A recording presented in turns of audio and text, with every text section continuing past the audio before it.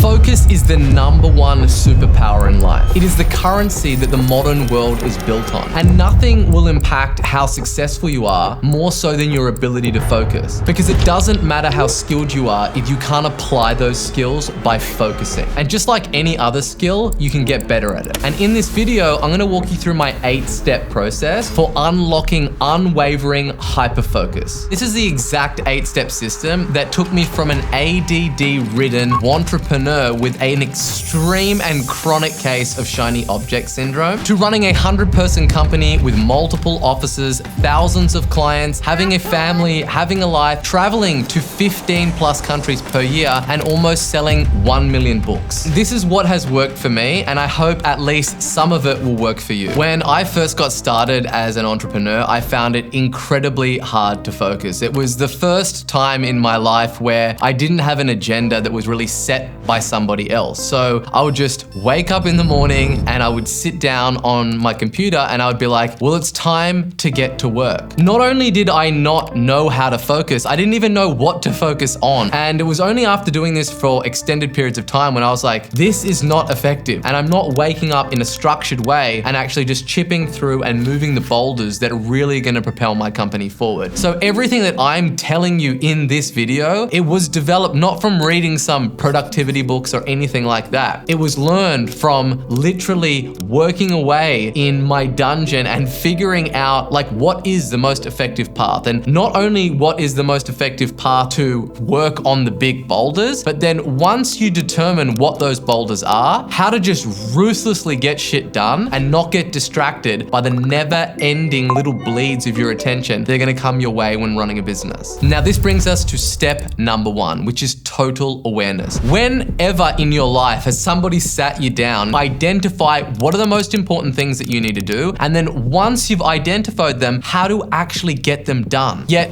most people just get caught up in this race of being productive and being busy and letting the busy work get in the way of the important work. So the very first step in this whole process is to become hyper aware of what are the things that you need to focus on. And the way that we figure out what you're focusing on is by doing something that I call the King's Audit. You look at the 24 hours that you have in a day, and let's just say that you're gonna sleep for 8 hours. Then you have 16 hours of the waking day. What you wanna do is you wanna break down those 16 hours into 30-minute increments. And really, every 30 minutes that goes by, you mark it down and you write down what was the activity that you did in those 30 minutes. And it can seem like a cumbersome process, but what is more cumbersome is just floating through life, not really understanding where your time is going. This is the most valuable resource that you have. So you better damned know where that thing is going. And I suggest that you do this for a full week. Now, once you know where your time is going, you want to get an understanding of what the value is of your time. How much do you make per hour? And then you want to basically remove, delegate, and outsource anything that falls below what your hourly rate is. If you're a business owner, your per hour earnings is $160. There's no point doing a $20 task, whether it's shopping, food prep, cleaning the house, and that's not even getting into the total upside if you were to spend that time in your business and then how much additional profits that you would create. Because when we're talking about focus, focus is like a laser beam, and it's useless targeting that laser beam at something that doesn't need to get done. And a lot of the times, there are just mundane tasks that you can completely eliminate altogether before you start to use your mental RAM and thinking, how am I gonna delegate it or automate it? Which brings us to step #2, which is to drain the shallows. People on average check their phone 144 times per day. And those 144 times add up to an average screen time of 5 hours per day, which is 2 days per week, 4 months a year, or 22 years of their life staring at their phone. And the quickest way to value something is to understand how scarce that is. One of my sales guys recently bought me this poster, and what it shows is the total weeks that I have left in my life. And I remember, like, it was like a visceral reaction when I saw that. I was like, fuck, I only have like half of my life left. And nothing will get you to kind of wake up and smell the roses than really understanding like, hey, like this isn't a dress rehearsal. This time that I have got every day is so valuable. And it's such a cliche thing. Like we all know that time is valuable, but unless it's rammed up in our face and it's something that we constantly remind ourselves, the engineers and all of these big, huge corporations that are behind engineering these highly addictive dopamine dispensing machines, they are going to win every time. Willpower is finite. Like there's only so much willpower that you have in your body to control the natural urge to want to check your phone. The indoctrination that you run yourself through needs to be so strong to counterbalance all of these crazy systems that are trying to latch on and suck your most valuable resource of your life away from you. Because the cost of anything is the amount of life that you exchange for that thing. You need to get very comfortable with tolerating boredom. For me, when I hit the sauna at night, I just like to sit and observe my thoughts and letting that whole process continue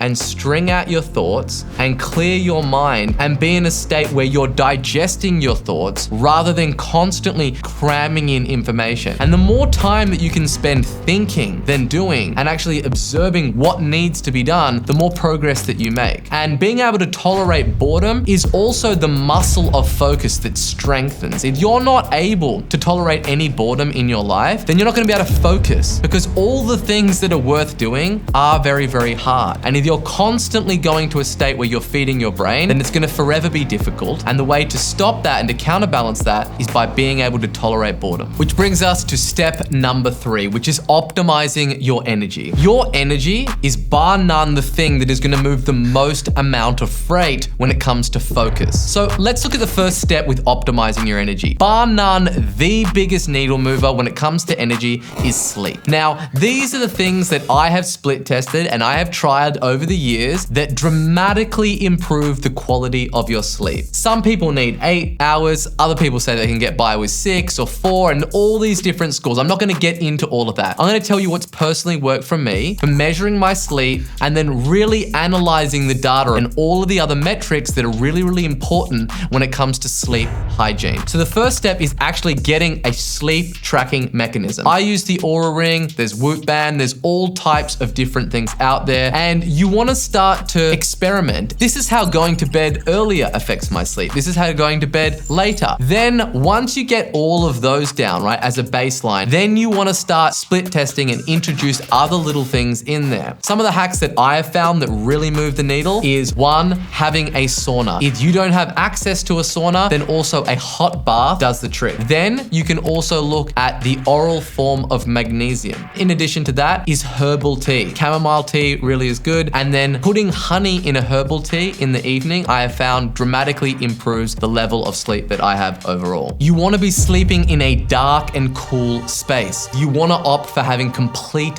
blackout blinds in your room. Whether there's a street light or there's some kind of atmospheric light from the city that you live in, all of these things aren't good. 90 degrees Celsius, I have personally found that that is the sweet spot for how cool you want your room to be. In addition to that, you want to get something which is a white noise machine. I got one of these because I have 3 children. Me and my wife were reading about it and it was like, hey, this is really good for if you have like a light sleeping child and they'll sleep really deeply. At first, I was like, this is like I'm sleeping in an airplane hangar, and it took a few nights to get used to, but then I went away on holiday and I was having really light sleep and like waking up and hearing like hotel doors bang and police sirens. This thing that we got for our babies, I need one personally. And I saw how it really impacted my sleep quality from just having a constant noise in the background to drown out any of the atmospheric noise that would disrupt you and take you out of these sleep rhythms. The other things that naturally impact your energy is the food that you consume or the lack of it. I have found that fasting for the first 5 to 6 hours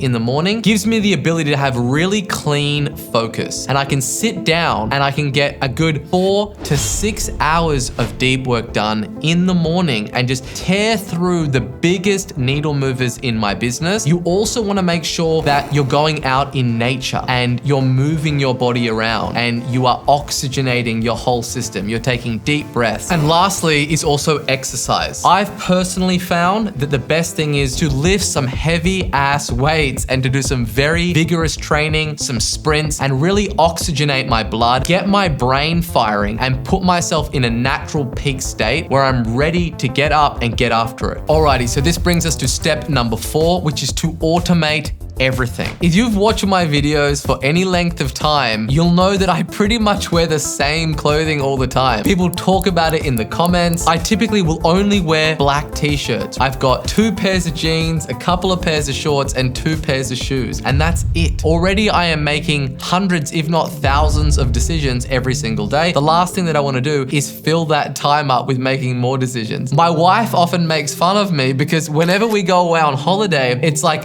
my whole suitcase is just full of black t-shirts and like 2 pairs of jeans, but it's what works. I'm not saying that you need to do this, but I highly suggest really looking at all the decisions that you make in your life and thinking like, how can I simplify this? Clothing is one of them. And then there's also food. I have a personal chef that comes home, cooks all my meals. If you're not in that position, it's okay. Pick a menu, food prep on a Sunday, have all your meals done, or buy meals out, have a certain delivery schedule that you work with. Same thing in terms of workouts. Have it all predefined. Figure out the days that you're going to work out and just hit those days. Figure out the exercises, the splits, everything that you're going to do, and have that thing automated and fully dialed in. I get so obsessive with it. I'm talking about, where do I put my keys? Where do I put my phone? Where do I take my watch off? They all have a designated place in my life. So it's not like I'm running around the house looking for my keys every day. You want to have as much of that stuff compartmentalized to keep your brain clean on that clean fuel of focus. Then you have your calendar. So my calendar runs my life. I have everything on it planned out to a T. And typically, if I'm going to be having meetings, they're going to be reoccurring meetings. And you want to block that out in advance and have as much rhythm and reoccurring schedule as possible so you're not spending time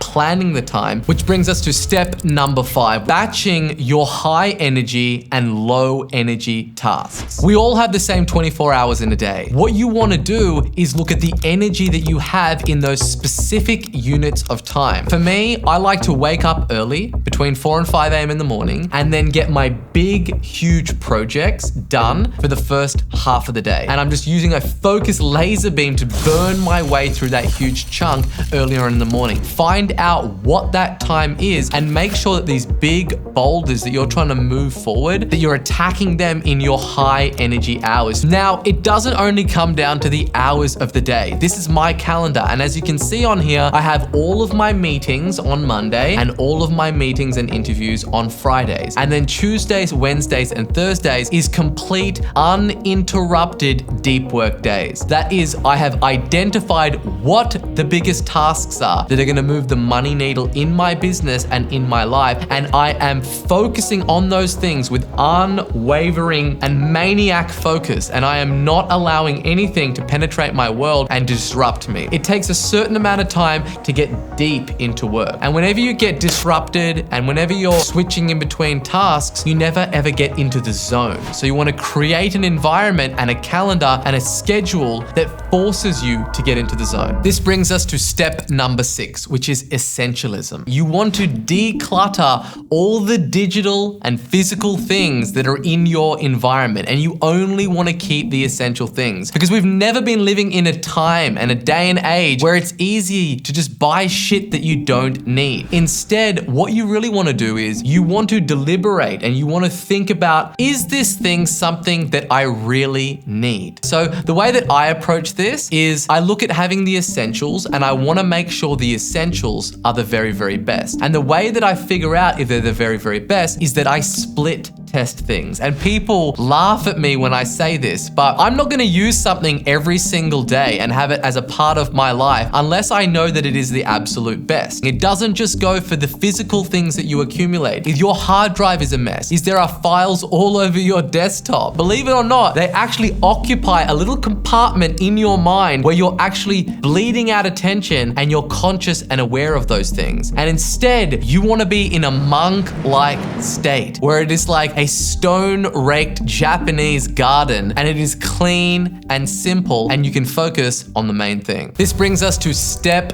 number 7, which is tools. A craftsman must have good tools. Now, for me, the craft that I am in, it involves me being on a computer and sitting in an office and working for long, extended periods of time. So I want to make sure that I've got the best tools. So the first thing that you want to make sure that you've got is a fully spec'd up to the gills computer. It's going to be something that you're on every single day, and every little bit of efficiency in it is going to add up to so much improvements in time. Next thing is, what are you going to be sitting on and actually working on that computer all day? I have found that the saddle chair, without question, is the best for my posture. There is something about some ergonomic science of what you want your knees lower than your hips. All I know is that it forces me to have a good posture, and ever since that I've been using it, I feel very, very good and very, very productive. Next things when it comes to focus is you want to have some high quality noise cancelling headphones so you can completely control the environment that you're in and you're not getting any outside unnecessary stimulus. The next thing that you want to think about is the keyboard that you are using. Again, Captain Subi has split tested this. Mechanical keyboards are where it's at. You get a lot cleaner response from when you click a key, and because you're clicking keys all day long, that increase in response just makes it quicker, more efficient for you overall. Then you want to make sure that you have a good mouse and that mouse is cranked up to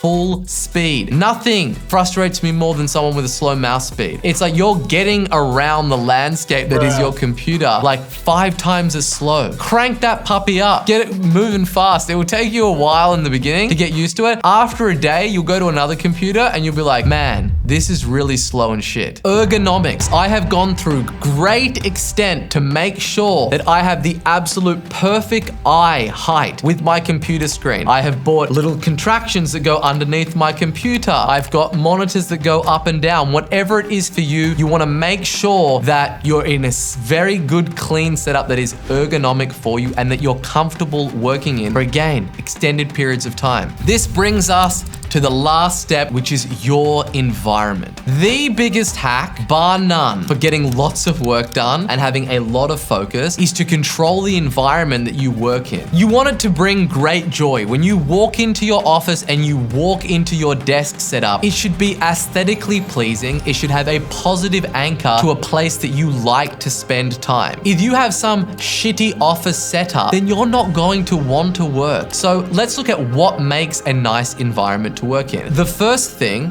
is lighting. Is it a combination of warm lighting, natural sunlight, and open spaces? I went deep down a rabbit hole in science around this before designing my office. It makes a huge, huge difference. I also like to keep salt lamps in my offices, non-direct lighting and lamps that give you an ambient feel overall. It's really important to have lots of greenery. My office is like a freaking jungle. There's plants everywhere. You want to create that kind of whole nature and then bring it inside and make sure that it seems like a natural environment. You want to make sure that you have lots of fresh air coming into your office, in your bedroom when you're sleeping at night. And if you don't have access to a window, is make sure that you get an air purifier. Another trigger is smells. So if you have like an oil diffuser or something that you can set an anchor up where this is a nice, clean environment for me to work. And then we have music. For me, the thing that I have found to be the real needle mover is just to pick one song that ideally has like a repetitive BPM and a repetitive beat to it, and to have it constantly on repeat. And I like to have a playlist that is specifically designed for deep work and getting into a flow state. And I only listen to that playlist when I work. So my brain knows that I'm triggering it visually, I'm triggering it through smell, and then I'm also triggering it through music, where I am controlling my physiology and putting myself in a state where it knows, okay, now it's time to focus. Overall, you just want to make sure that the work environment for you is a place